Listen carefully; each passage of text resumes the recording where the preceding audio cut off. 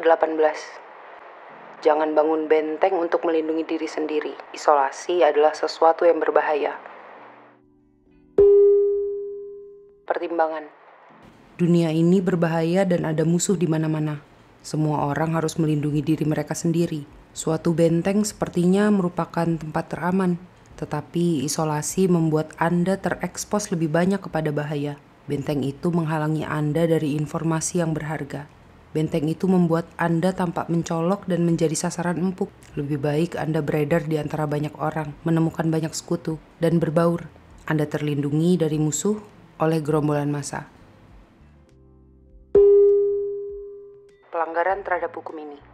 Qin Shi Huangdi, Kaisar pertama Cina, 221 sampai 210 sebelum Masehi, adalah pria paling berkuasa pada zamannya. Kerajaannya lebih luas dan lebih hebat daripada Alexander Agung. Ia telah menaklukkan semua kerajaan di sekeliling kerajaan Qin sendiri dan mempersatukan mereka dalam suatu kerajaan besar yang disebut Cina. Tetapi selama beberapa tahun terakhir hidupnya, hanya sedikit orang yang melihatnya. Sang kaisar hidup di istana termegah yang dibangun hingga zaman itu di ibu kota Xinyang. Istana itu memiliki 270 paviliun. Semua paviliun ini dihubungkan dengan gang-gang bawah tanah rahasia supaya si kaisar bisa mengelilingi istana tanpa terlihat oleh siapapun. Ia tidur di kamar yang berbeda-beda setiap malam, dan siapapun yang tanpa sengaja menatapnya langsung dipenggal kepalanya. Hanya sedikit orang yang mengetahui keberadaannya, dan jika mereka mengatakannya kepada siapapun, mereka juga pasti dihukum mati. Kaisar pertama itu telah menjadi amat takut terhadap kontak antar manusia, sehingga ketika ia terpaksa meninggalkan istana, ia berkelana sambil menyamar dengan hati-hati.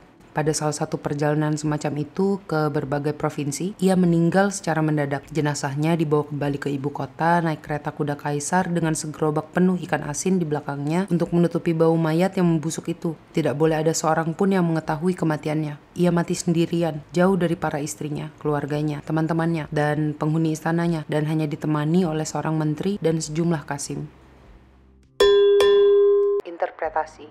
Shi Huangdi menjadi raja pertama Qin. Seorang kesatria yang tidak takut apa-apa dengan ambisi yang tidak terkekang. Para penulis pada zaman itu menggambarkannya sebagai seorang pria dengan hidung mancung, mata sipit, suara seperti seekor serigala, dan hati yang pemberani seperti seekor macan atau serigala. Kadang ia bisa bersikap penuh welas asih, tetapi seringkali melahap manusia tanpa segan-segan. Melalui kelicikan dan kekerasanlah ia menaklukkan provinsi-provinsi di sekeliling provinsinya sendiri dan menciptakan negara Cina. Membangun satu negara dan budaya tunggal dari banyak negara dan budaya. Ia menghancurkan sistem feodal dan untuk mengawasi banyak anggota keluarga kerajaan yang tersebar di seluruh pelosok negaranya yang terdiri dari beragam kerajaan, ia memindahkan mereka yang berjumlah 120.000 orang ke ibu kota, di mana ia menampung para penghuni istana terpenting di istana luas Xinyang. Ia menggabungkan banyak dinding di perbatasan dan membangunnya menjadi Great Wall China. Ia menentukan standar hukum negara itu, bahasa tulisannya, dan bahkan ukuran koinnya. Namun demikian, sebagai bagian dari proses penyatuan ini, kaisar pertama ini menyatakan bahwa tulisan dan ajaran Konfusius, seorang filsuf yang gagasan tentang kehidupan moralnya hampir bisa dianggap sebagai agama dalam budaya Cina, sebagai ajaran yang tidak sah. Atas perintah Shi Huangdi, ribuan buku menyangkut Konfusius dibakar, dan siapapun yang mengutip tulisan Konfusius dipenggal kepalanya. Hal ini menyebabkan sang kaisar memiliki banyak musuh, jadi ia semakin ketakutan, bahkan paranoid. Hukuman mati yang ia jatuhkan pun meningkat drastis. Seorang rekan sezamannya, penulis Han Feizu, menyatakan bahwa Qin telah berjaya selama 4 generasi, namun penduduknya selalu hidup ketakutan dan khawatir dilenyapkan oleh kaisarnya. Saat sang kaisar menarik diri semakin dalam di istana untuk melindungi dirinya, perlahan-lahan ia kehilangan kendali negaranya. Para kasim dan menteri menetapkan kebijakan politik tanpa persetujuannya atau bahkan tanpa sepengetahuannya. Mereka juga berkomplot melawan dirinya. Pada akhirnya, ia hanya menjadi kaisar boneka dan amat terisolasi, sehingga hampir tidak ada seorang pun yang tahu bahwa ia telah meninggal. Mungkin ia diracuni oleh para menteri yang berkomplot menjatuhkan dirinya yang mendorongnya agar hidup terasing. Itulah akibat isolasi. Jika Anda mundur ke sebuah benteng, Anda kehilangan kontak dengan sumber kekuasaan Anda. Anda tidak bisa lagi mengetahui apa yang terjadi di sekeliling Anda, dan Anda pun kehilangan keseimbangan. Alih-alih menjadi lebih aman, Anda memutuskan hubungan dari jenis pengetahuan yang melandasi nyawa Anda. Jangan pernah asingkan diri Anda terlalu jauh dari pusat kekuasaan sehingga Anda tidak tahu apa yang sedang terjadi di sekeliling Anda, termasuk rencana banyak orang untuk menjatuhkan Anda. Ketaatan kepada hukum ini. Louis ke-14 menyuruh Istana Versailles dibangun untuknya dan anggota istananya pada tahun 1660-an, dan istana itu berbeda dari istana raja manapun di dunia. Seperti sebuah sarang lebah, segalanya berkisar seputar sang raja. Ia hidup dikelilingi oleh kaum bangsawan yang diberi apartemen-apartemen di dekatnya, dan kedekatan mereka dengan sang raja tergantung dari jabatan mereka. Kamar tidur sang raja secara harafiah berada di tengah-tengah istana dan merupakan fokus perhatian semua orang. Setiap pagi, sang raja disambut di ruang ini dengan suatu ritual yang dikenal dengan sebutan lever. Pada pukul 8 pagi, pelayan pertama sang raja yang tidur di kaki ranjang raja membangunkan yang mulia. Kemudian para pesuruh membuka pintu dan menyambut orang-orang yang akan menghadiri lever. Urutan masuk mereka sangat teratur. Pertama-tama, masuklah para putra haram dan cucu sang raja. Kemudian para pangeran dan putri yang sedarah dengannya. Kemudian dokter dan ahli bedahnya. Setelah itu, masuklah para pejabat tinggi Departemen Busana, pembaca resmi sang raja, dan orang-orang yang bertugas menghibur sang raja. Yang terakhir, namun tidak kalah pentingnya, masuklah orang-orang yang menghadiri lever karena telah diberi undangan khusus. Pada penghujung upacara tersebut, ruangan itu pasti penuh sesak dengan lebih dari 100 pengurus dan pengunjung kerajaan. Hari itu diatur dengan amat rapi, sehingga semua energi istana diarahkan kepada dan disalurkan melalui sang raja. Louis selalu ditemani oleh para penghuni dan pejabat istananya, dan mereka semua meminta nasihat serta menanyakan pendapatnya. Biasanya ia menjawab semua pertanyaan mereka dengan mengatakan, "Kupikir dulu ya." Seperti yang dikatakan oleh Saint-Simon, jika dia berpaling kepada seseorang, mengajukan satu pertanyaan padanya, melontarkan satu pernyataan sepele, mata semua orang yang hadir di sana tertuju kepada orang ini. Inilah perbedaan yang diperbincangkan dan menambah gengsi. Di istana ini tidak mungkin ada privasi. Bahkan bagi sang raja, setiap ruang berhubungan dengan ruang lain, dan setiap lorong mengarah ke ruang-ruang yang lebih besar di mana berkelompok-berkelompok bangsawan selalu berkumpul. Tindakan semua orang memiliki sifat kesaling tergantungan, jadi tidak ada apapun atau siapapun yang tidak diperhatikan. Sang raja bukan hanya memastikan agar semua kaum bangsawan yang berkedudukan tertinggi berada di istananya, tulis Saint-Simon, tetapi ia juga menuntut hal yang sama dari kaum bangsawan yang kedudukannya lebih rendah. Pada acara lever dan kaucer, pada saat raja makan di kebunnya di Versailles, raja selalu memperhatikan sekelilingnya dan menyadari segalanya. Ia akan merasa tersinggung jika kaum bangsawan yang paling terkemuka tidak tinggal secara permanen di istana, dan orang-orang yang datang ke istana tidak pernah atau hampir tidak pernah membuat sang raja merasa benar-benar tidak senang. Jika salah satu orang ini menginginkan sesuatu, sang raja berkata dengan bangga, "Aku tidak mengenalnya," dan kata-katanya tidak dapat ditarik kembali. Interpretasi. Louis ke-14 naik tahta pada penghujung perang saudara yang buruk, yaitu Perang Fronde. Pemicu utama perang itu adalah kaum bangsawan yang amat membenci kekuasaan raja yang semakin besar dan mendambakan zaman feodal ketika para lord menguasai budak mereka sendiri dan sang raja hanya memiliki sedikit kewenangan terhadap mereka. Kaum bangsawan kalah dalam perang saudara itu, tetapi mereka tetap menjadi gerombolan orang yang suka mengomel dan penuh kebencian. Karena itu, pembangunan istana Versailles itu jauh lebih dari sekedar keinginan amoral sang raja yang menggemari kehidupan mewah. Karena itu, pembangunan istana Versailles itu jauh lebih dari sekedar keinginan amoral sang raja yang menggemari kehidupan mewah. Istana itu memiliki fungsi yang sangat penting. Sang raja bisa tetap mengawasi dan membuka telinganya terhadap semua orang dan segala hal yang terjadi di sekitarnya. Kaum bangsawan yang tadinya angkuh sekarang malah bertengkar tentang hak membantu raja memakai jubahnya pada pagi hari.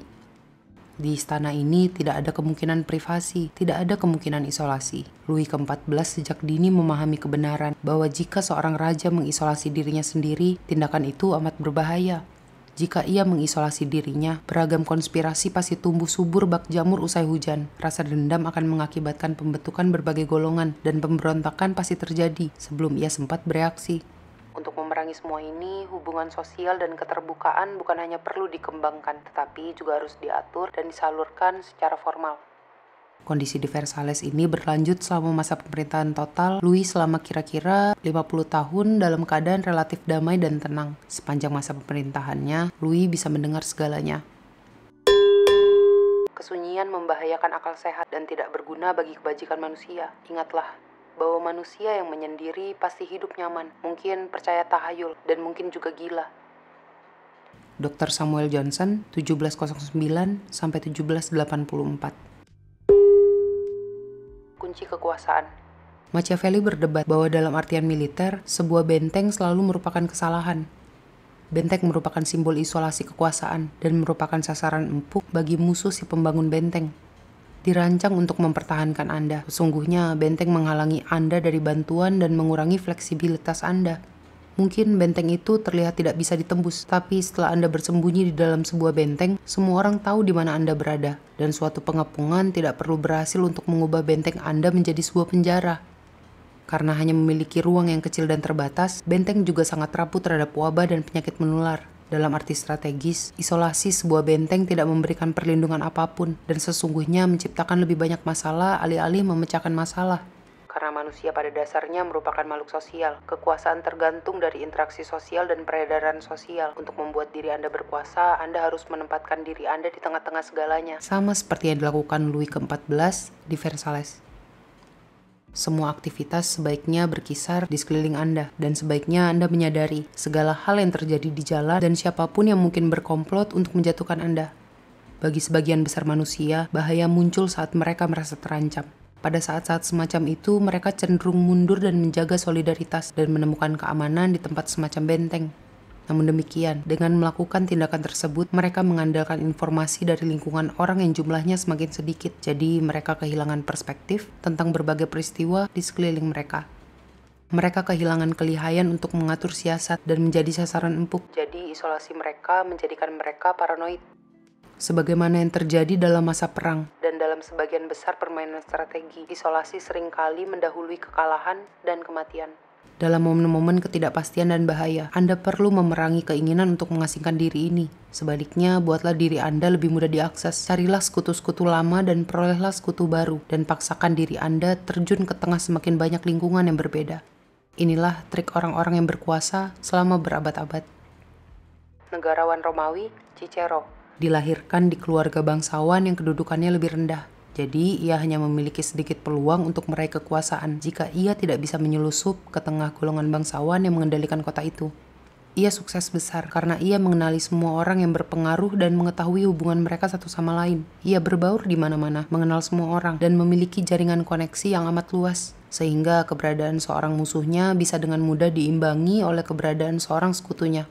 Negarawan Prancis, Talleyrand, memainkan permainan kekuasaan dengan cara yang sama. Meskipun ia berasal dari salah satu keluarga bangsawan tertua di Prancis, ia sengaja selalu mencari tahu apa yang telah terjadi di jalanan Prancis. Jadi ia bisa menebak tren dan masalah jauh-jauh hari sebelumnya. Ia bahkan merasa kesenangan tertentu dengan berbaur dengan jenis-jenis penjahat curang yang memberinya informasi yang berharga. Setiap kali muncul suatu krisis pergantian kekuasaan.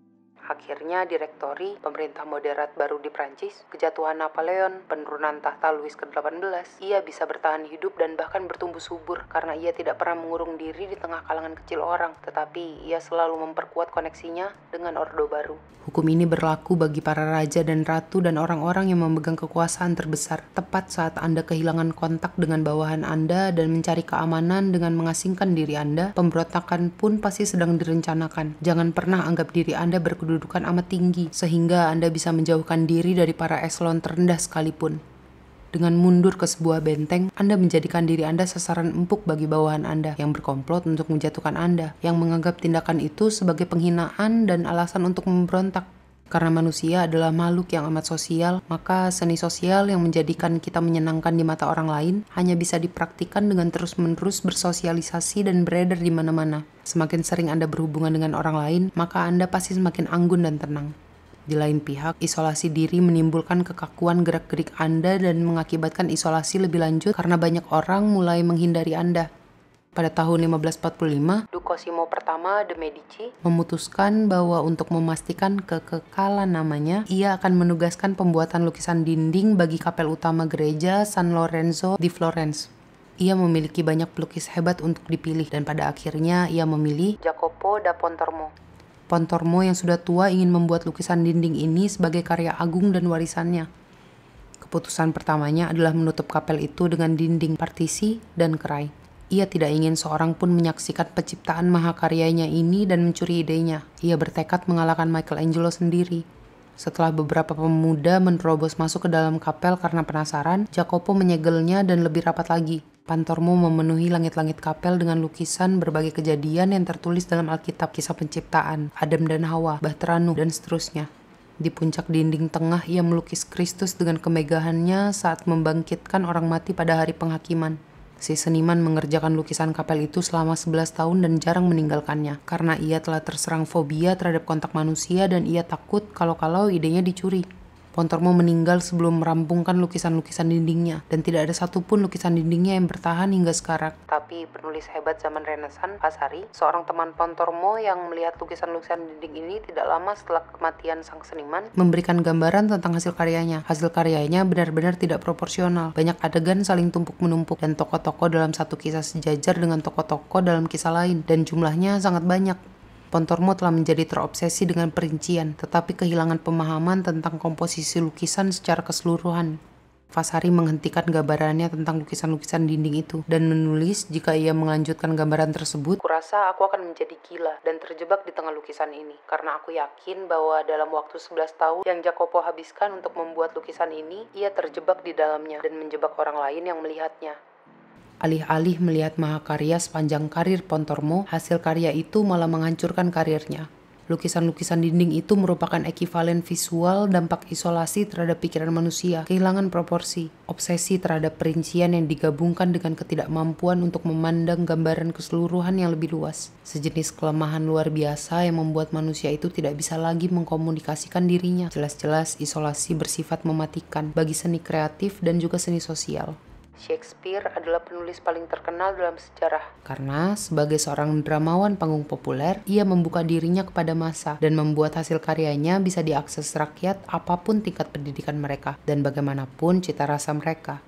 Para seniman yang mengurung diri di benteng mereka pasti kehilangan proporsi dan hasil karya mereka hanya akan mengkomunikasikan diri mereka kepada lingkungan kecil mereka. Seni semacam itu akan tetap terpojok dan tak berdaya. Akhirnya, karena kekuasaan adalah ciptaan manusia, tentu saja kekuasaan pasti semakin besar, semakin sering kita melakukan kontak dengan orang lain. Alih-alih jatuh ke dalam benteng jiwa, pandanglah dunia dengan cara ini. Dunia ini bagaikan istana Versailles yang luas, dan setiap ruangannya berhubungan dengan satu sama lain. Anda perlu bisa ditembus, bisa melayang keluar masuk berbagai lingkungan dan berbaur dengan jenis orang yang berlainan. Jenis mobilitas dan kontak sosial seperti itu akan melindungi Anda dari para pembuat rencana untuk menjatuhkan Anda yang tidak akan bisa menyimpan rahasia dari Anda, dan dari musuh-musuh Anda yang pasti tidak bisa mengisolasi Anda dari sekutu Anda. Senantiasalah bergerak, berbaur, dan bergaul di ruang-ruang istana. Dan jangan pernah duduk atau menetap di satu tempat saja. Tidak ada seorang pun pemburu yang bisa membidik sasaran untuk mengenai makhluk yang gerakannya amat gesit seperti itu. Benteng. Benteng yang berdiri menjulang di bukit menjadi simbol segalanya yang dibenci dalam kekuasaan dan kewenangan. Warga kota mengkhianati Anda dan membelot kepada musuh pertama yang datang. Karena terputus dari komunikasi dan pengetahuan, benteng itu pasti mudah jatuh ke tangan musuh. Otoritas. Seorang pangeran yang baik dan bijak yang ingin mempertahankan karakter tersebut dan juga menghindari memberi peluang kepada para putranya untuk menindas, tidak akan pernah membangun benteng supaya mereka bisa mengandalkan itikat baik rakyat mereka, alih-alih mengandalkan kekuatan benteng-benteng itu. Niccolò Machiavelli, 1469-1527. Pembalikan hukum. Memilih isolasi hampir tidak pernah menjadi tindakan yang tepat dan menguntungkan. Tanpa mengetahui apa yang sedang terjadi di jalanan, Anda pasti tidak bisa melindungi diri Anda sendiri. Satu-satunya hal yang tidak bisa dipermudah oleh kontak manusia konstan adalah pikiran. Beban tekanan masyarakat untuk menyesuaikan diri dan kurangnya jarak dari orang lain bisa membuat Anda mustahil berpikir jernih tentang apa yang sedang terjadi di sekeliling Anda. Karena itu, sebagai jalan keluar sementara, isolasi bisa membantu Anda memperoleh perspektif yang benar. Karena itu, sebagai jalan keluar sementara, isolasi bisa membantu Anda memperoleh perspektif yang benar. Banyak pemikir serius muncul dalam penjara, di mana mereka tidak memiliki kegiatan lain selain berpikir. Machiavelli bisa menulis buku The Prince hanya setelah ia sendiri diasingkan dan terisolasi di sebuah peternakan dan berada jauh dari intrik politik Florence. Namun demikian, bahayanya adalah bahwa jenis isolasi semacam ini akan menghasilkan berbagai jenis gagasan yang aneh dan bejat. Mungkin Anda bisa memperoleh perspektif yang benar tentang gambaran keseluruhan, tapi Anda kehilangan pemahaman tentang batasan diri Anda sendiri. Selain itu, semakin Anda terisolasi, semakin sulit bagi Anda untuk mendobrak keluar dari isolasi itu saat Anda ingin melakukannya. Isolasi itu membuat Anda tenggelam lebih dalam bak pasir hisap tanpa sepengetahuan Anda. Karena itu, jika Anda perlu waktu untuk berpikir, pilihlah isolasi sebagai jalan keluar terakhir dan hanya untuk jangka waktu singkat saja. Berhati-hatilah agar Anda tetap membuka jalan kembali ke tengah masyarakat. Nah, kita udah sampai di akhir hukum ke-18. Seperti biasa, terima kasih sudah mendengarkan. Jangan lupa beli buku originalnya. Semoga bermanfaat. Saya Justin. Selamat malam, pagi, siang, atau sore.